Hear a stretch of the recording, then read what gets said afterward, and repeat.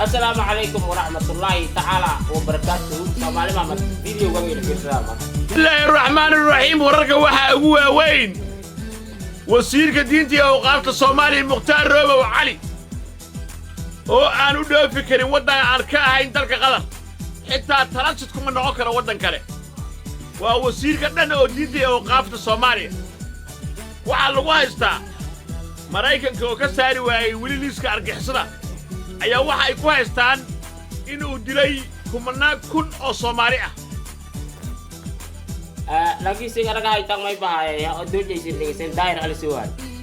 Dair Alisu ad Mukhtaar Roobow may ko kali si sharmuuta kiindane. Mukhtaar Roobow wijiga oo may leeray ad antaba katay oo ad may leeray antaba soo may ay. Mukhtaar Roobow aada maqaba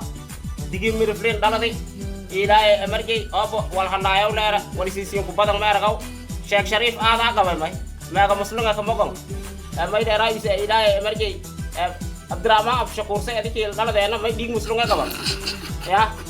afar ila wada sa Mukhtaar Roobow may gidabaki mureeda ka dhale dhalanjay Mukhtaar Roobow dadkiisu ku dhaladi dadku diintiisu dhaladi diintu fiiri horta may leeray video gam fiirsay mar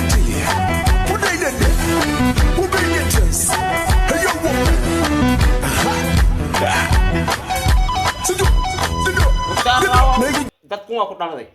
sharaftu anan dhaladi dalku anan dhaladi one may leeray mas'uulin ay adama ka metelaw one metele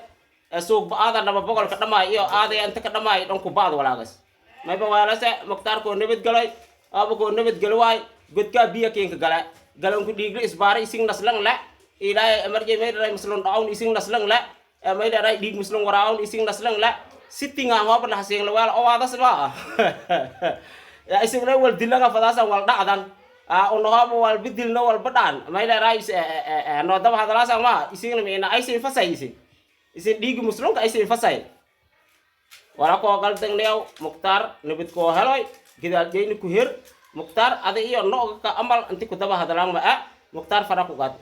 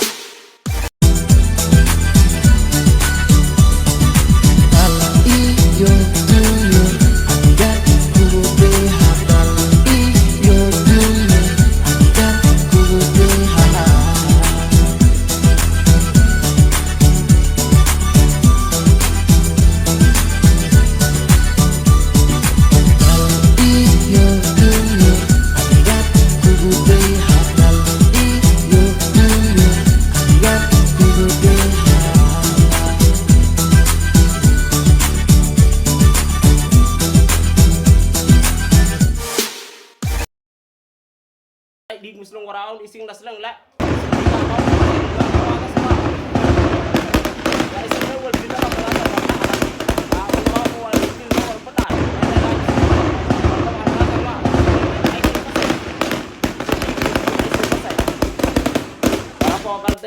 Mukhtaar nabad ko heloy gidaal jeeyni ku her Mukhtaar ada iyo no ka amal inti ku daba hadalaan ma